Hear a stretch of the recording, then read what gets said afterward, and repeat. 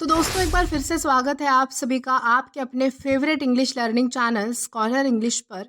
मेरा नाम है दीपिका कुमावत और मैं इस चैनल पर वेरियस कॉम्पिटिटिव एग्जाम्स के लिए इंग्लिश सब्जेक्ट टीच करती हूँ। तो बेसिकली आज के इस वीडियो में हम डिस्कस करने वाले हैं वन वर्ड सब्स्टिट्यूशन। तो चलिए बिना देर किए हुए बढ़ते हैं हमारे वीडियो की तरफ और जानेंगे कि हमारा सबसे पहला वर्ड कौन सा है। तो हमारा सबसे पहला वर्ड है कॉन्ग्रीगेशन। कॉन्ग्रीगेशन का मतलब होता है अ gathering of person in a church और टेम्पल फॉर रिलीजियस पर्पस, यानी कि धार्मिक उद्देश्य से चर्च या फिर मंदिर में एकत्र होने वाले लोग। यानी कि कोई धार्मिक जगह जैसे कि कोई चर्च या फिर टेम्पल, वहाँ पे जब है किसी धार्मिक कार्य के लिए लोग इकट्ठा होते हैं, उस लोगों की इकट्ठा होने वाली भीड़ को कहा जाता है कॉन्ग्रीगेशन। तो आई होप आपको फर्स्ट वर्ड क्लियर है। देन इसी के साथ आगे जाएंगे हमारे नेक्स्ट वर्ड की ओर। तो हमारा अगला वर्ड है कंटैजियस। कंटैजियस का मतलब होता है a disease which spreads bye coming in contact with a patient, यानी कि संपर्क से फैलने वाला रोग। यानी कि जब कोई बीमारी किसी दूसरे पर्सन के कांटेक्ट में आने की वजह से हमें लग जाए या फिर आसानी से फैलती हो जो बीमारी, उस बीमारी को कहा जाता है कंटैजियस। तो चलिए इसी के साथ आगे जाएंगे हमारे नेक्स्ट वर्ड की ओर और जानेंगे कि हमारा अगला वर्ड कौन सा है। तो इसके बाद हमारा अगला वर्ड है कॉन्टिग्यूअस। कॉन्टिग्यूअस का मतलब होता है two countries the borders of which touch each other, neighbouring countries. यानी कि दो देशों की सीमाएं आपस में मिली हुई होना, पड़ोसी देश होना, उसे कहा जाता है कॉन्टिग्यूअस। यानी कि जब दो कंट्रीज सेम बॉर्डर शेयर करती है और वो मतलब अपार्ट हो जाती है, डिवाइड हो जाती है उस बॉर्डर की वजह से, उस बॉर्डर को डिवाइड करने वाली बॉर्डर को कहा जाता है कॉन्टिग्यूअस। देन इसी के साथ आगे चलेंगे हमारे नेक्स्ट वर्ड की ओर और जानेंगे कि हमारा अगला वर्ड कौन सा है। देन इसके बाद अगला वर्ड है कॉन्वालेसेंट। कॉन्वालेसेंट का मतलब होता है a person recovering health after illness, यानी कि स्वस्थ होने की दशा में व्यक्ति। यानी कि जब कोई व्यक्ति जो है बीमार हो जाता है, उसके बाद जब वो धीरे धीरे ठीक होने लग जाता है, उस कंडीशन को, उस फेज को कहा जाता है कॉन्वालेसेंट।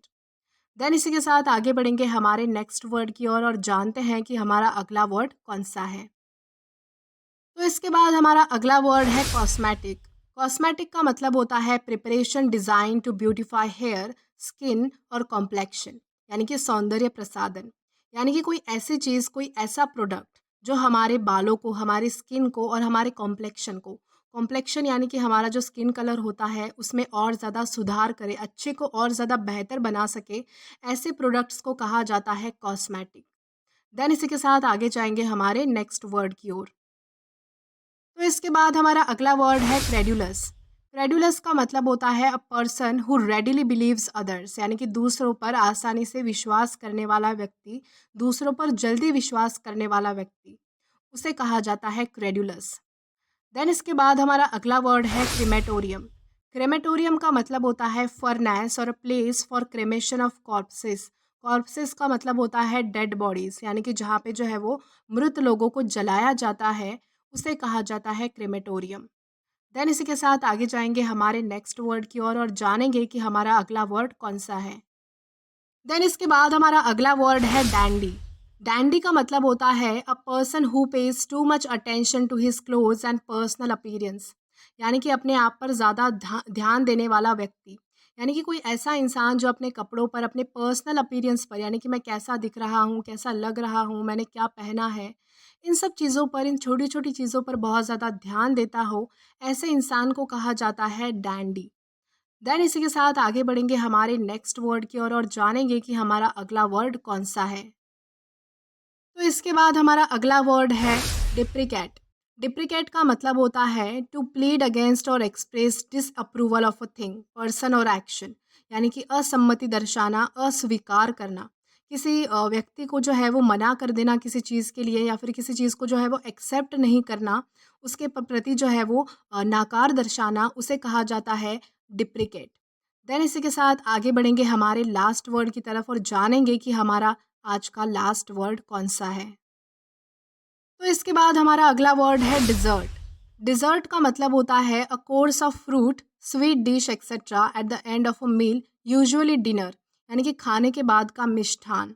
यानी कि कोई ऐसी चीज़, कोई फ्रूट हो सकता है, कोई मिठाई हो सकती है, यानी कि स्वीट डिश हो सकती है, जो यूजुअली खाने के बाद खाई जाती है। खाना खाने के बाद खाई जाती है और ज़्यादातर यूजुअली डिनर में खाई जाती है, उसे कहा जाता है डेज़र्ट। तो दोस्तों आज के लिए बस इतना ही। आई होप आपको ये वीडियो ज़रूर पसंद आया हो और समझ भी आया हो। और अगर आपको ये वीडियो पसंद आया हो तो do like this video, subscribe the channel and share as much as you can. और अगर आपने इससे पहले वाला वीडियो नहीं देखा है तो आप यहाँ पर क्लिक करके वो पहले वाले वीडियोज़ भी देख सकते हैं। Till then keep learning. Thank you.